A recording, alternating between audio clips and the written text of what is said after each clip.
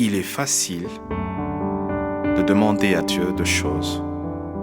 Mais cependant, ça devient un exercice compliqué de lui dire merci une fois nous avons les choses que nous lui avions demandées. Et nous sommes ces cœurs-là qui viennent témoigner leur reconnaissance devant leur Créateur. Merci Jésus. Napusani liboso na yo, nalingi nasopela yo, Yesu nanga. Maloba ya motema nanga. Oui, c'est un cœur reconnaissant et plein.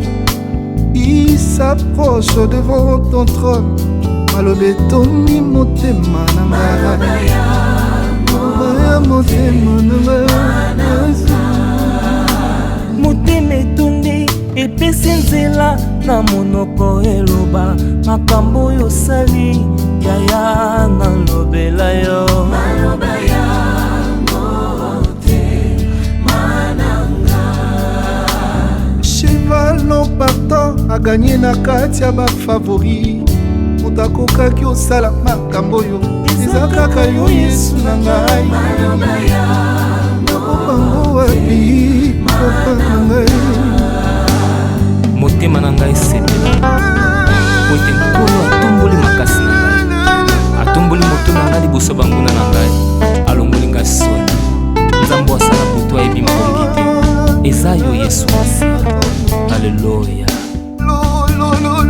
Moko ya nani ekokaki elanda ngai kuna na mai ompleno ya de soki yo te Yesu na ngai. Merci Yesu na ngai. Iseka boloko elemba na nga, kolo bolingo na yo ebongoli motema na ngai ye, nalobela yo. Maloba ya motema na nga. Na kati etuluku yo poni ngai, pour les uns na comprendre Nzambe to nini yango motema elelo. Maloba ya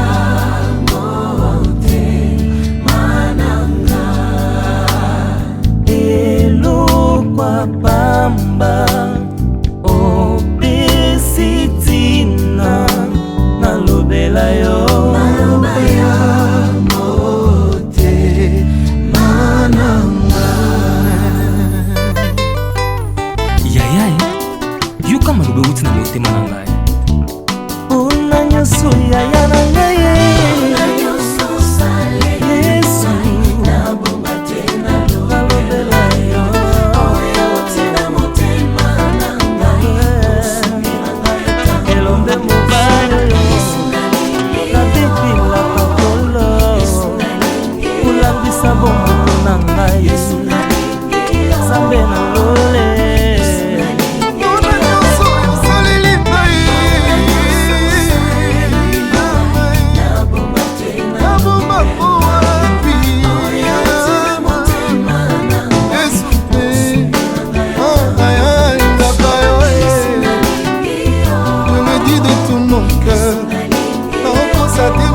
Solo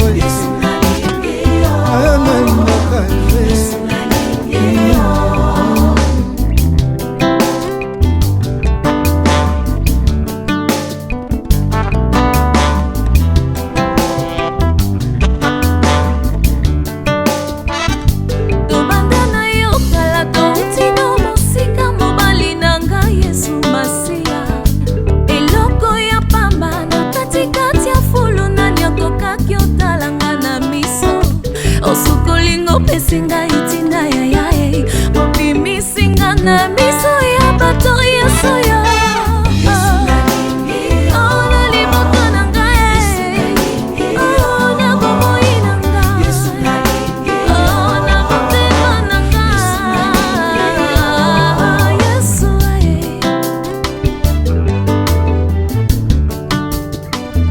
Sonia tango mona yo longola na tango oke moto akokaki osala boye kaka yo papa. Nabundana na makasi na ngai nazwaki kasi uta koya makambo bongo na nyonso analingaka yo. Yesu nalingi yo.